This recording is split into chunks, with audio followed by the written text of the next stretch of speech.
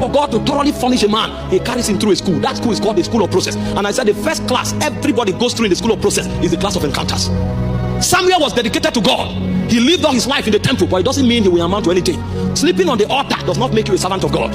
Encounters are the beginning of our journey with God. Even though Samuel, upon his winning, was brought to the temple, dropped at the altar. In fact, in 1 Samuel chapter 3, the Bible said when the Ewe lamp were gone off, Daniel was still in the temple, but his stay in the temple did not change the story. What changed Samuel's story was the encounter he had with God. And in 1 Samuel chapter 3 verse 4, the Bible said the voice of God came calling him, Samuel, and he said, here I am, Lord.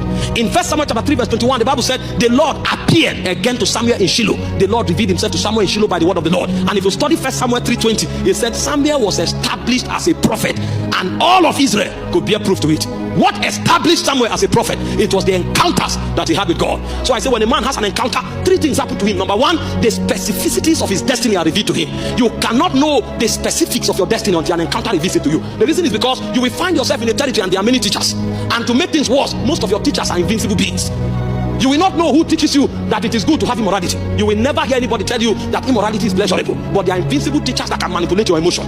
There are territorial teachers that the moment you enter a territory, they begin to alter the energy balance of your soul. And you can come to a place all of a sudden you start feeling as if you want to do something you have never done before.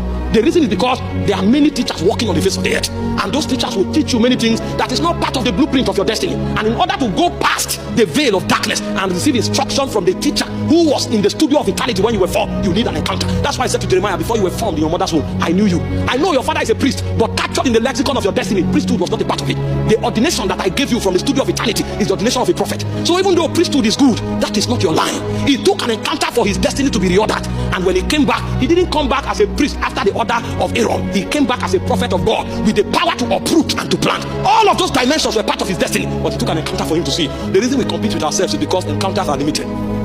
Many times people have encounters and they take off, and on the strength of those encounters they go into the world, and even though they make little impact, they create a harvest for the devil, because we discover that they are not instructed in the ways of God, and the little manifestation they have is what the devil will use to bargain a chance in order to have his stake in that harvest. So after an encounter there is an instruction, and after the class of instruction God will take you to the class of service. It's in the class of service that your heart will be textured, because you can come into a system and even though you are the best singer, they will never bring you on the platform for 10 years. In the choir rehearsal you are worshiping, people are falling down, but when they come for the main service, nobody ever gives you the microphone. If you think it's a show, you will get angry and go, because what you are looking for is platform, not to bless the people of God. And when you leave, your destiny will be stunted. But when you have an encounter, when you are instructed, and when you give yourself to service, in the place of service, God will have the opportunity to check your heart. He will texture it and find out your true conviction. Because when all of us are on the altar, we claim that we are dead men. When all of us are on the altar, we claim it's all about Jesus. But when service begins, God will find out those who truly came for him. And that's why it's in the class of service that God gives reward. He said, I the Lord, I test the heart, I try the range to give unto every man as his way should be. A man who does not serve will never have an inheritance in this kingdom. Elisha served Elijah, Joshua served Moses. Everybody who makes genuine impact in a generation must have a record of who he served. Nobody appears. Everybody follow the process. And when you are done with the class of service, God will bring you to the class of self-denial. Because when you start serving, naturally there are some benefits that we find expression. In order to save you and to make you go far, God will teach you self-denial. The purity of your service will only be verified in self-denial. A man who doesn't go through the class of self-denial, watch him. Not too long, he will bargain the weight of his destiny for money. He will bargain the weight of his destiny for pleasure. And you can see that man burning with fire. After 3 years, you will come, the same man will talk and you'll be sleeping. And you are wondering what happened. The sting that was in that message is not about the intelligence of the message. The sting that is in that message is a testimony of the weight of his consecration. And if he doesn't go through self-denial long enough, he can't preserve the weight of that consecration. The devil will bargain it. And when the devil bargains it, it will become a star and a caricature on the altar. But the weight and witness that you bring to his generation will not be there. So many times, God will insist that you go through the class of self-denial. And when you go to the class of self-denial, he won't stop. He will still allow you to go through the class of warfare.